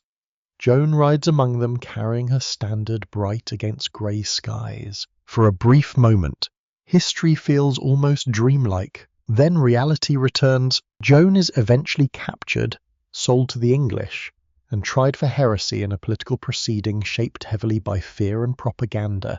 In 1431 she is burned alive at Rouen. Witnesses later describe the smoke rising slowly into morning air while crowds watched in uneasy silence. She is 19 years old. The war itself continues for decades afterward because medieval conflicts rarely end through single dramatic moments. But France gradually recovers territory while English ambitions weaken. By 1453 the long struggle closes with England retaining only limited continental holdings. The consequences reach far beyond battlefields. Governments become more centralized. Tax systems expand. Standing armies grow increasingly important. The foundations of stronger nation-states begin forming from medieval conflict and administration. And ordinary life adapts again around political change. In recovering towns, blacksmiths forge weapons for royal armies instead of only local lords. Merchants navigate wartime taxes and disrupted trade routes. Peasants rebuild burned farms for the second or third time within one lifetime. People become resilient because they have no alternative. One evening near the war's end, you sit inside a roadside inn crowded with travellers from different regions speaking cautiously about rumours of peace. The room smells of ale, wet cloaks, roasting onions, and smoke drifting from the hearth. Outside, rain falls softly over roads scarred by generations of marching armies. Inside, exhausted people eat quietly while musicians play half-forgotten songs beside the fire. The medieval world is changing again. Old feudal structures weaken, kings grow stronger, common people grow more restless, and beneath the recovery from plague and war, new fractures are already spreading through the spiritual heart of Europe itself. By the late Middle Ages, certainty feels harder to hold. Not only political certainty, spiritual certainty too. For centuries, the Church stood at the centre of medieval existence with an authority so familiar many people barely questioned it consciously. Bells marked the hours. Priests oversaw birth and burial. Cathedrals dominated skylines and imagination alike. Even kings sought legitimacy through sacred approval. Now cracks begin showing more openly. Some of the damage comes from within. Wealth accumulates around powerful church offices, while ordinary priests often remain poor and poorly educated. Rival popes claim authority during the Great Schism, splitting loyalties across Europe and leaving many believers deeply unsettled. 2 popes at once, then briefly 3, each condemning the others. To ordinary Christian trying simply to save their souls, the situation feels bewildering. You stand in a crowded tavern in Prague, while merchants, students, and labourers argue quietly beneath drifting smoke about which pope is legitimate. Tankards knock against rough wooden tables. Rain rattles the shutters. Nobody sounds especially confident. That uncertainty matters. Institutions depend partly on emotional trust. Once doubt enters, it rarely stays contained. At the same time, economic and social pressures continue building after generations of plague, taxation, and warfare. Survivors of the Black Death inherited opportunities, but also instability. Governments demand more revenue. Nobles attempt to preserve privileges. Urban workers face rising competition and periodic shortages. Across Europe, frustration simmers close beneath daily life, and sometimes it erupts. In 1381, peasants and labourers across England rise in rebellion against taxes and political corruption. The revolt spreads quickly toward London through roads crowded with angry villagers carrying improvised weapons beneath summer heat. You walk among them now. The mood is not chaotic at first. It feels focused. Determined, people who spent generations bowing quietly before authority suddenly speak aloud about injustice. A blacksmith marches beside farm workers, priests sympathetic to reform preach against greed and inequality. One rebel leader, Wat Tyler, gains followers, partly because he sounds startlingly direct in a world accustomed to hierarchy. Why should some men live richly while others starve working their land? Why should taxes fall hardest on the poor after plague already devastated communities? These questions carry dangerous power once spoken publicly. The rebels enter London amid confusion and panic. Some royal officials are killed. Buildings burn. Crowds surge through streets thick with summer dust and fear. Young King Richard II eventually confronts the uprising personally, promising reforms before royal authority reasserts itself violently. The rebellion fails politically in immediate terms. Many leaders die. Punishments follow, yet something important changes emotionally. Rulers of all across Europe become increasingly aware that common people can organize, resist, and threaten established order under enough pressure. The medieval social structure no longer feels entirely immovable. Religious reform movements grow alongside these tensions. In England, the scholar John Wycliffe criticizes church corruption and argues for greater access to scripture in local languages rather than only Latin. His followers spread controversial teachings despite official condemnation. Elsewhere, Janus in Bohemia preaches reform to large audiences frustrated by clerical wealth and institutional hypocrisy. Hughes attracts passionate support partly because he speaks with moral clarity during an age of political and religious confusion. Authorities eventually arrest and execute him for heresy in 1415 despite promises of safe conduct. His death sparks outrage, and later, war. You enter Prague afterward, while church bells ring over streets tense with anger and uncertainty. Crowds gather in marketplaces discussing sermons, scripture, corruption, and resistance with an intensity unusual even for the argumentative medieval world. Faith still matters deeply. That is precisely why these conflicts become so explosive. People are not abandoning religion. They are fighting over what true religion should look like. Meanwhile, daily medieval life continues carrying its familiar blend of hardship and ordinary tenderness. A widow in rural Germany patches clothing beside the fire while listening to distant rumors about heresy and war that may never reach her village directly. A monk copies manuscripts carefully despite fears that printed books, still rare but emerging, could someday transform learning entirely. And in towns across Europe, artisans continue working through long cold mornings beneath guild regulations, market pressures, and unpredictable politics. The smell of urban life remains immediate. Wood smoke, tanneries, rain-soaked wool, bread ovens warming before dawn. The medieval world still feels tactile and close despite growing intellectual unrest. Then comes another shock from the east. In 1453, after centuries of decline and pressure, Constantinople falls to the Ottoman Turks. The great Byzantine capital, heir to the Roman Empire itself, is conquered after a massive siege using gunpowder artillery, powerful enough to shatter ancient walls once thought nearly invincible. Europe reacts with grief, fear, fascination, and calculation all at once. The old Eastern Christian Empire is gone. A chapter of history stretching back to antiquity closes beneath cannon smoke. You stand along the walls during the final days of the siege. The air shakes repeatedly from artillery fire. Dust drifts through shattered stone corridors while exhausted defenders struggle to repair breaches at night beneath torchlight. Inside churches, prayers continue almost without pause. Outside, Ottoman camps stretch across the landscape with disciplined confidence. When the city finally falls, survivors describe confusion, terror, and exhaustion more than glorious final heroics. Empires end physically before they become symbolic. One gate broken, one wall collapsed, one exhausted defender too slow to respond, and afterward, the world shifts again. Greek scholars flee westward carrying manuscripts and classical knowledge that will help inspire intellectual changes already beginning in Italy.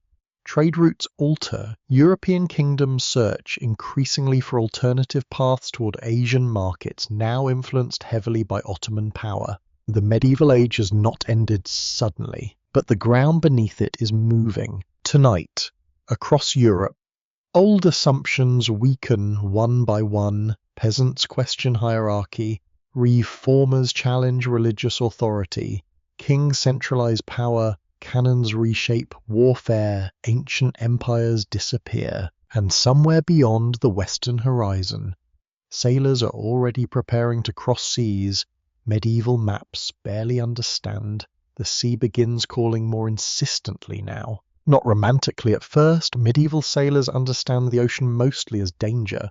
Storms swallow ships without warning. Navigation remains uncertain. Scurvy, hunger, and thirst haunt long voyages.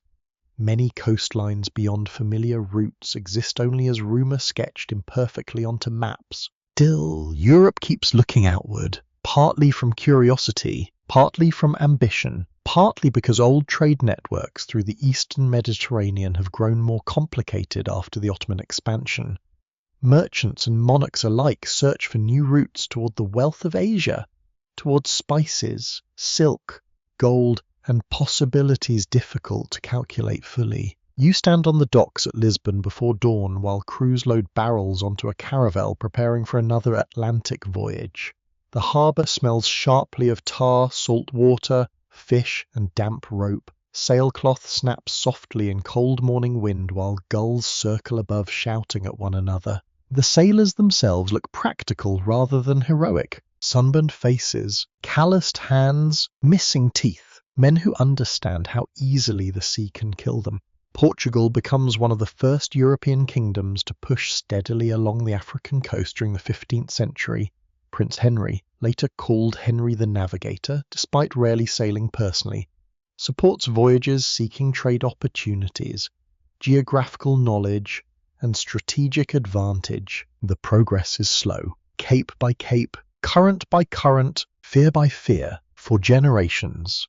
Many European sailors dread venturing too far south along Africa's coast because myths and uncertainties fill the unknown spaces on medieval maps. Some believe the heat near the equator may become literally unbearable. Others imagine sea monsters or boiling waters. Reality proves dangerous enough without monsters. Storms batter fragile ships relentlessly, supplies spoil. Navigation errors become fatal quickly beyond familiar coastlines. Yet each successful voyage expands European understanding slightly farther. And with expansion comes exploitation too. Portuguese traders establish connections, bringing gold, ivory, and eventually enslaved Africans into growing Atlantic systems that will reshape global history with terrible human cost in centuries ahead. The medieval world is opening outward into something larger and harsher. Meanwhile, Italy experiences changes equally transformative though quieter at first glance. In cities like Florence, Venice, and Milan, wealthy merchant families sponsor art, architecture, scholarship, and classical learning with renewed intensity. Historians later call this cultural movement the Renaissance, though people living through it rarely recognize a clean boundary between medieval and modern worlds. To them, life still feels deeply medieval in many ways. Church bells still mark the day. Plague still returns periodically. Political violence still erupts suddenly. Yet something in the atmosphere changes. You walk through Florence at sunset while craftsmen close workshops along narrow streets glowing gold beneath fading light. Painters experiment with perspective and realism in crowded studios smelling of oils, wood shavings, and plaster dust.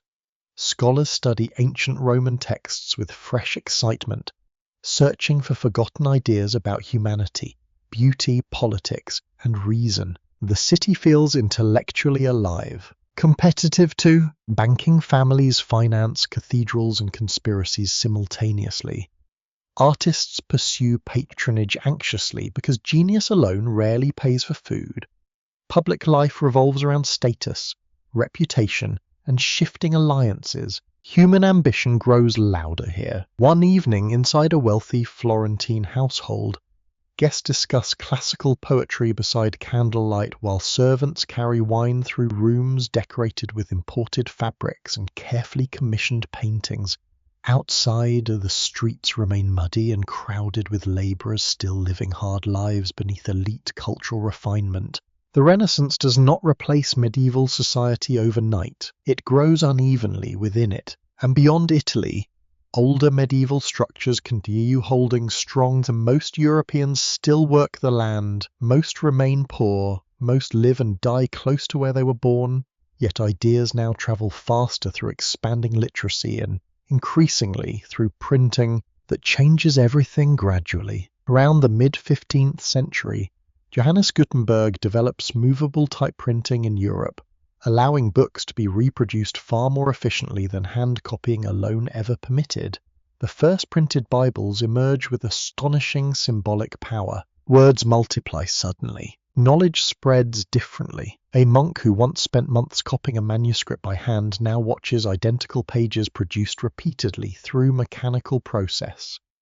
Some greet the innovation with excitement, others with suspicion or quiet unease. Technology always unsettles established worlds before it reshapes them. You stand inside an early print shop in Mainz where the rhythmic pressure of the press fills the room between bursts of conversation. Ink stains workers' fingers black, metal-type pieces clink softly into place. The smell of oil, paper, sweat, and heated metal hangs thick in the air. Outside, snow drifts slowly through narrow streets. Inside, the future is being assembled one page at a time. And then, in 1492, another voyage changes history permanently. Christopher Columbus sails westward across the Atlantic under the Spanish crown, searching for routes to Asia. He does not understand fully what lies between Europe and the lands he seeks. Neither does anyone else around him. The voyage feels frighteningly uncertain to those aboard. Weeks of open water, creaking ships, rotting provisions, endless horizon. Sailors begin fearing they may never return. You stand on deck one night beneath cold stars while waves strike the hull with steady rhythm. The ocean stretches black in every direction. Salt stiffens clothing and lips. Somewhere below deck, exhausted men sleep uneasily beside barrels leaking fresh water. Then land appears, and the medieval world truly begins ending. Not instantly. History never moves that cleanly. But after Columbus, Europe's relationship with geography, trade, empire, religion, and humanity itself changes irreversibly. Continents long unknown to Europeans enter their awareness with consequences both extraordinary and catastrophic. The Middle Ages fade not through one event but through accumulation. Printing presses, gunpowder, ocean voyages, centralized kingdom, intellectual change, economic expansion. The old world loosens gradually while another forms beneath it. Tonight, as Atlantic wind moves through harbour, masts and distant church bells echo across sleeping European cities. The 1,000-year medieval age stands at the edge of transformation, already slipping quietly into memory. The Middle Ages do not end with the door closing. There is no final medieval sunset where everyone suddenly realizes 1,000 years have passed and another age has begun. A farmer in 1501 still wakes before dawn much as his ancestors did centuries earlier. Church bells still ring over crowded towns. Roads remain muddy, winters remain hard. And yet the world has changed. Quietly, deeply, irreversibly. You feel it now while walking through a European city at the beginning of the 16th century. The streets are still narrow enough for neighbours to argue from opposite windows. Horses still splash through rainwater and refuse. Bread ovens still warm the morning air before sunrise. But printing presses thump steadily behind workshop walls. Royal governments collect taxes with growing efficiency. Ocean maps hang inside merchant offices beside ledgers tracking voyages across waters medieval Europe once feared to imagine. The old medieval order still stands in many places, yet it no longer stands unquestioned. Looking back across these 1,000 years, What lingers most strongly is not only kings or battles or famous names, it is the texture of ordinary existence inside long historical change. The smell of damp wool drying beside hearth fires, cold fingers wrapped around wooden bowls during winter famine, monks bending over manuscripts while storms battered monastery walls, children laughing in muddy streets outside cathedrals that took generations to build. The Middle Ages were never merely dark or primitive as later centuries sometimes claimed. They were difficult, certainly, violent often, unequal almost everywhere. But they were also creative, patient, adaptable, deeply human. You remember the villagers after Rome's collapse carrying on through uncertainty because survival allowed little alternative. The monks preserving fragments of ancient knowledge without fully knowing what future readers might cherish. The Viking sailors pushing beyond familiar coastlines beneath cold northern skies. You remember castles rising from wet earth and cathedrals lifting stone impossibly high toward heaven. Pilgrims walking blistered roads toward distant shrines because faith gave shape to suffering.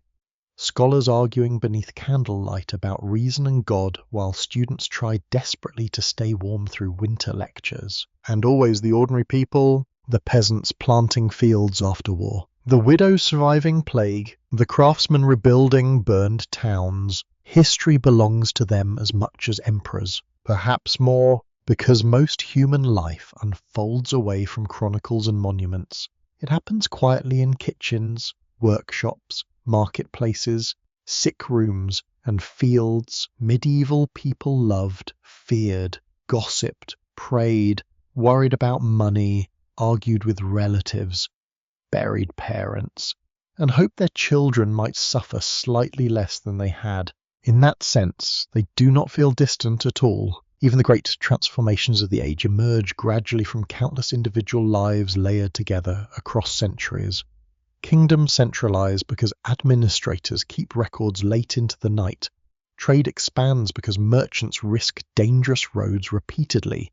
Universities flourish because tired students continue copying notes beside freezing candles. Civilization grows through persistence more often than brilliance. The medieval world also leaves enormous contradictions behind. Its faith inspired both breathtaking compassion and terrible violence. Its hierarchies created stability and suffering together. Its expanding curiosity opened pathways toward knowledge, empire, exploitation, and conquest all at once. Human progress rarely arrives cleanly. Still, something remarkable survived across these centuries. Continuity through plague, invasion, famine, war, political collapse, and uncertainty. People continued building lives. They repaired roofs after storms, replanted fields after armies passed, reopened markets after disease faded, rang church bells again after funerals finally ended. You sit now beside a fire in the final quiet of this long journey through medieval history. Outside, wind moves softly through dark trees. Somewhere distant, hooves strike a frozen road. A candle burns lower beside scattered papers and cooling wine, while the night deepens almost unnoticed. The world beyond the window feels enormous again, and perhaps a little calmer. The Middle Ages lasted far longer than the modern nations that later judged them. 1,000 years of shifting kingdoms, restless faith, hard labor, survival, ambition, fear, invention, grief, and endurance. 1,000 years carried mostly by people who never imagined history would remember them at all. Yet traces of their lives remain everywhere, in university traditions, in legal systems, in languages shaped slowly from medieval speech, in city streets following ancient walls, in stories about knights and pilgrims and wandering kings still told beside modern lights. Even now, parts of the medieval world linger quietly beneath the present like old foundations beneath newer stone. And perhaps that is why these centuries continue pulling people back toward them after dark. Not because they were simpler, they were not, but because they reveal humanity stripped closer to necessity, firelight against winter, community against uncertainty, meaning searched for inside fragile lives. The modern world can feel loud enough to drown reflection sometimes. The medieval world reminds you how slowly human beings once lived with one another, with weather, with silence, and with time itself. And now, after travelling together across this 1,000-year night of kings, monasteries, battles, markets, plague roads, candle-lit libraries, and sea voyages disappearing beyond the horizon, the fire burns lower at last. The bells grow quieter, the roads empty, the centuries settle softly behind you. Thank you for spending this long night in history with me. If certain moments stayed with you, or if some forgotten corner of the medieval world felt unexpectedly familiar, I'd love to hear about it in the comments. These quiet journeys always become richer when people share where they listened from, what stories moved them most, and which era you hope we wander into next together. Maybe tonight you found yourself lingering in a monastery library, while snow gathered outside the walls. Maybe you stayed beside Viking ships beneath northern fog, or walked crowded plague streets listening for distant bells through the silence. Wherever your mind settled, I hope this journey brought a little calm with it, and if another restless evening finds you searching for distant centuries again, there will always be another fire waiting somewhere beyond the dark, another road disappearing into history, another quiet world unfolding slowly beside you. Until then, rest well tonight,